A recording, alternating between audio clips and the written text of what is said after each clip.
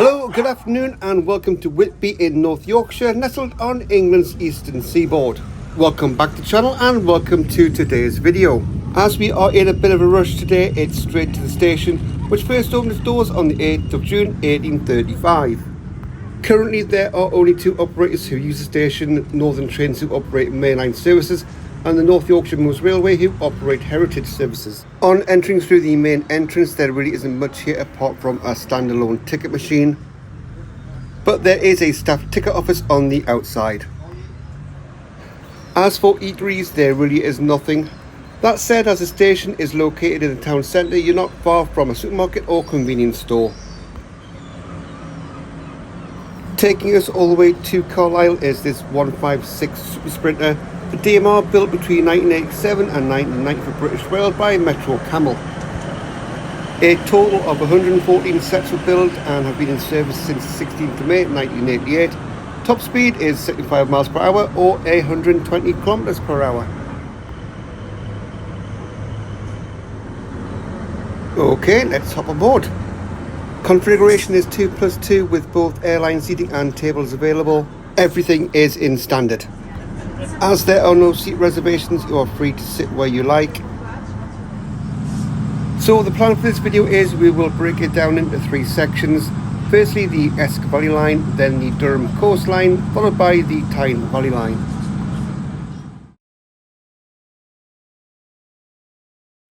Departure from Whitby was on time at 12:49. Travel time to Carlisle is just under 4 hours and 45 minutes. I would due to arrive there at 5:33 later this afternoon. So, as the name of the Esk Valley line suggests, we follow the banks of the River Esk for the first part of this journey, and there's some lovely views of the river along the way.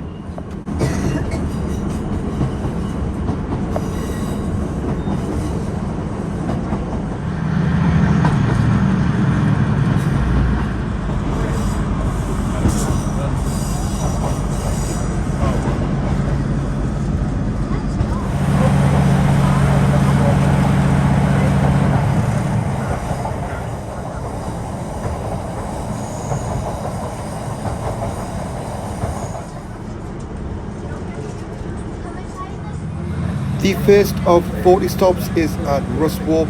Don't worry, we're not going to go through them all, or we'll be here all week.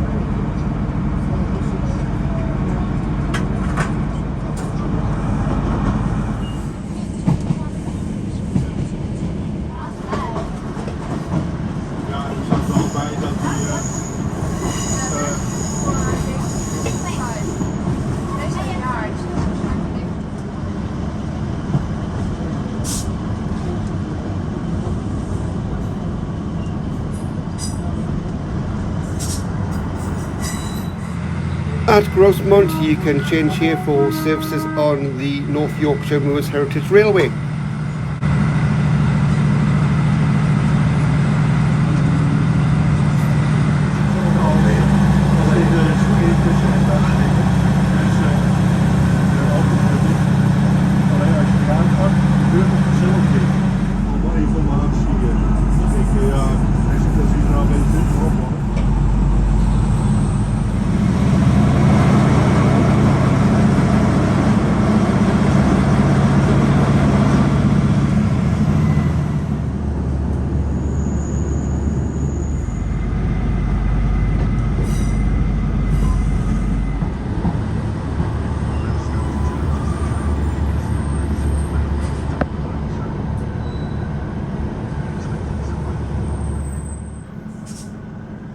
As we have a slight delay, we'll take a little look around the seat.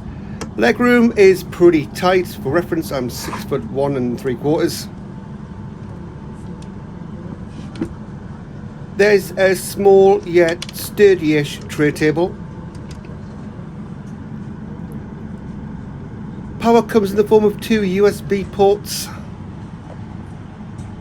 Ventilation is by the open window. Lastly, the seats, they are not very well padded and are fairly tough, especially for a near on 5-hour journey. After a short 5-minute delay at Glaisdale, we are back on track. No pun intended, honestly.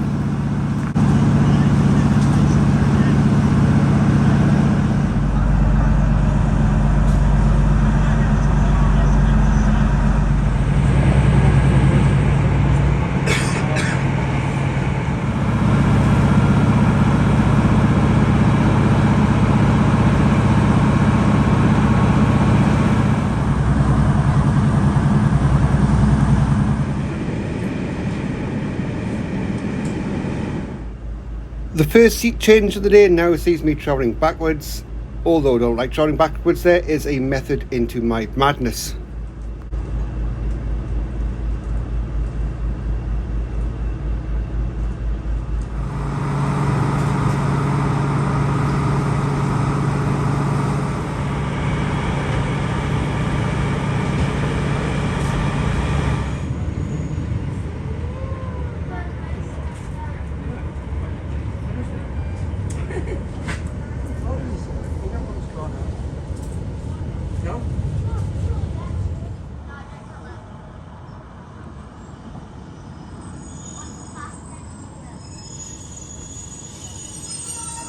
At Battersby, the driver gets out of his cabin, walks to the other end of the train,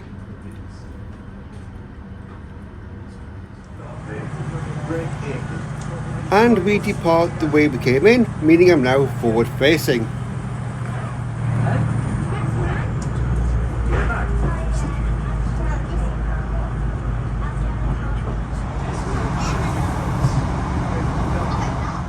Stops are then made at Great Ayton,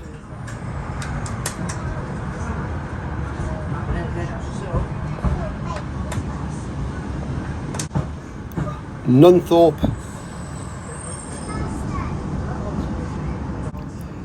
Gypsy Lane, Martin, and James Cook University Hospital.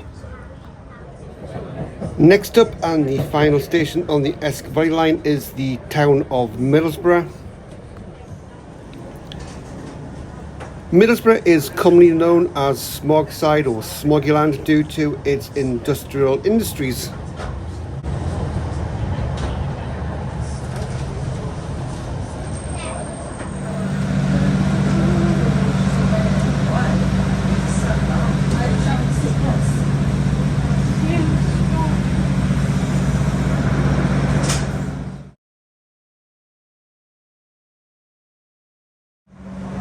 From Middlesbrough, we join up with the Durham Coast Line, but first we make our way inland a bit, heading towards Sotheby and Stockton upon Tees. The Tees Bridge and not the Transporter Bridge.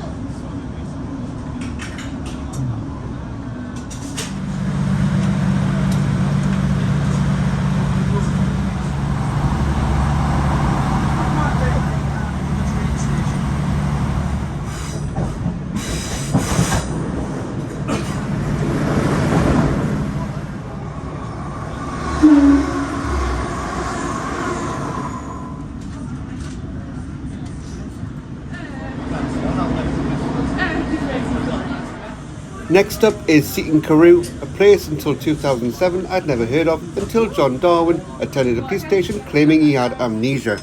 What followed was a remarkable story of deceit, lies, fraud and deception. So if you do visit here, don't bring a canoe or you might also end up in Panama. Next up is Hartlepool, where the locals are nicknamed the Monkey Hangers. It was alleged that during the Napoleonic Wars, a French ship was wrecked off the coast of Hartlepool. The only survivor was a monkey who was allegedly dressed in a French army uniform, and as the locals, who had never seen a Frenchman or a monkey before, held a trial and decided to execute the monkey by hanging, believing it was a French spy. Hence the nickname Monkey Hangers. After Hartlepool, you get the first glimpses of the North Sea.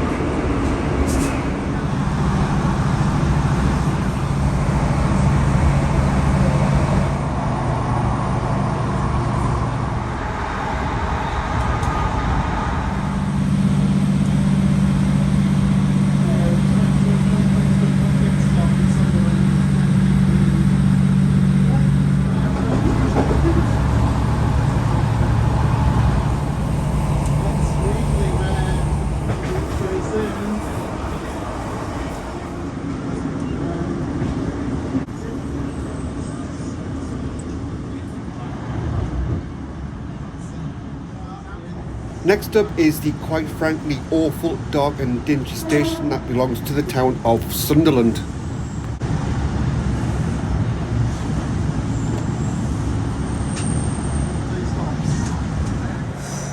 Not to be confused with the Tyne Bridge, this is in fact the Monk Wearmouth Bridge. It's much poorer and smaller cousin spanning the River Wear.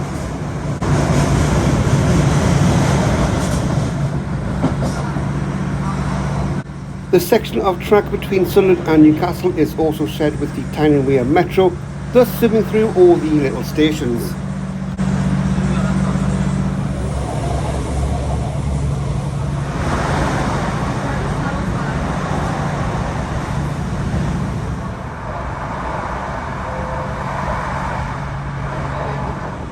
The last station before Newcastle is Heworth, a Tyne and Wear and local bus interchange.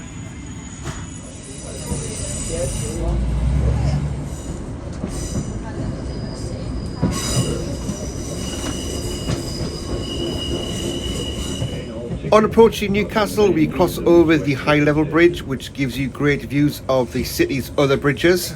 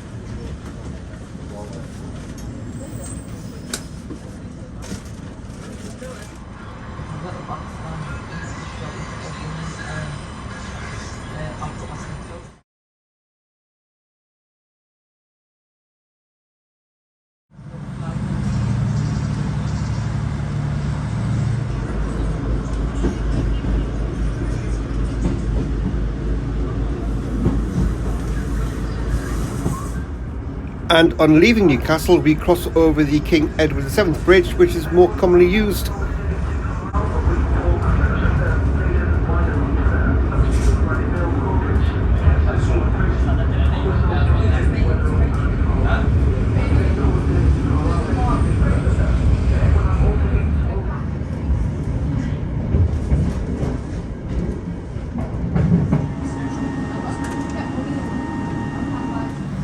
After leaving Newcastle, we now head west on the Tyne Valley line, which will take us all the way to Carlisle. As we've been on this unit now for over 3 hours, I think it's time for a little bit of refreshment.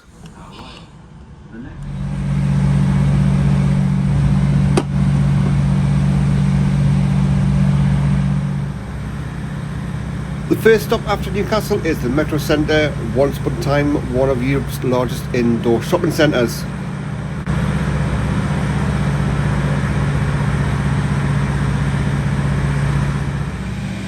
Which is quickly followed by Bladen.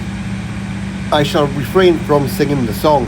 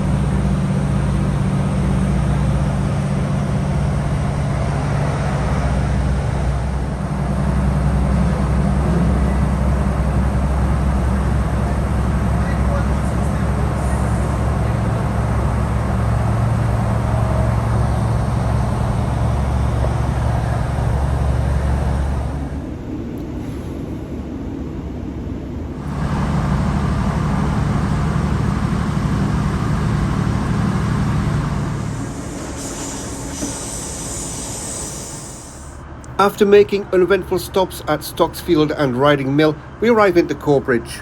The old station house here, which is the oldest in the country, is now a restaurant serving Indian food. You can in fact take what is called the curry train. After booking a seat at the restaurant, you arrive at Newcastle Central Station at a designated time where you are greeted by a member of restaurant staff. He'll pop you on the northern service to Corbridge, offer you a drink, give you a menu, and he'll take your order. And when you arrive in Corbridge 25 minutes later, your table is ready.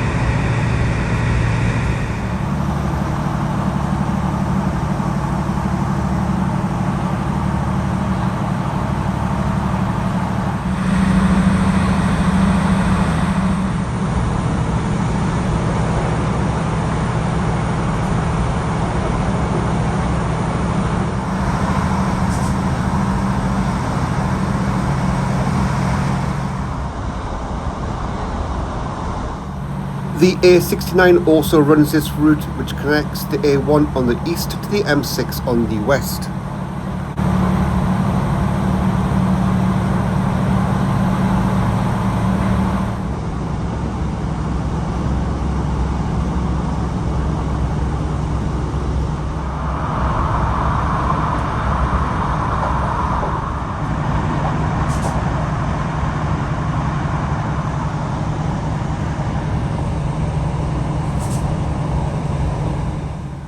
Now out of Northumbria, we make our first of 2 stops in Cumbria, Brampton.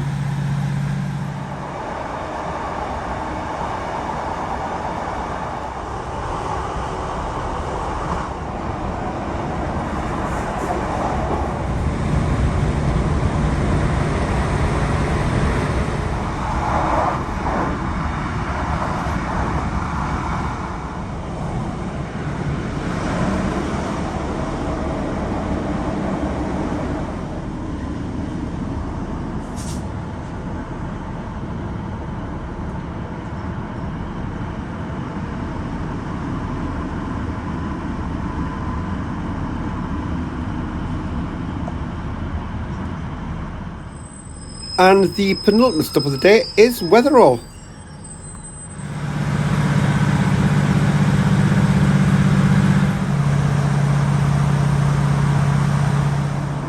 As we are now approaching Carlisle, our final destination, I'll take a moment to sum up this journey, but do remember that these are just my own opinions. Firstly, at times I found this a little tough going. Spending nearly 5 hours on a Class 156 turned out to be more of a challenge, but a challenge that was totally well worth it. Taking in 3 quite stunning lines in the Carlisle line, the Durham Coast Line and the Tyne Valley line, the scenery in this trip is absolutely fantastic and in some places stunning. As for onboard catering, there is none, so make sure you stock up and bring your own on board. So what did all this cost? In total it was £10.25 for a single advanced one-way ticket with a rail discount of 1/3. I find that amazing value for money. Would I recommend? Absolutely, it is a great journey and you get to see some of the best scenery that England has to offer. But be prepared, 5 hours on LNER or Avanti West Coast can go by canny quickly. 5 hours on one of Northern's little low chuggers feels more like 10. Before I wrap this video up, I just want to apologise for the current lack of uploads. This is mainly down to my day job. Firstly, it has taken up much more of my time than expected. And secondly, to travel, I need annual leave, and sadly my annual leave allowance for this year is almost up. But please do stick around. But with that said, I will upload as much as possible in the coming weeks and months to come. So the last thing to do is welcome you all to Carlisle. Thank you so much for joining on this journey, and I do hope you enjoyed the video. If you are new to the channel or haven't yet, then please do hit that subscribe button. But until our paths cross again, do take care, stay safe. Thanks again for watching. Bye for now.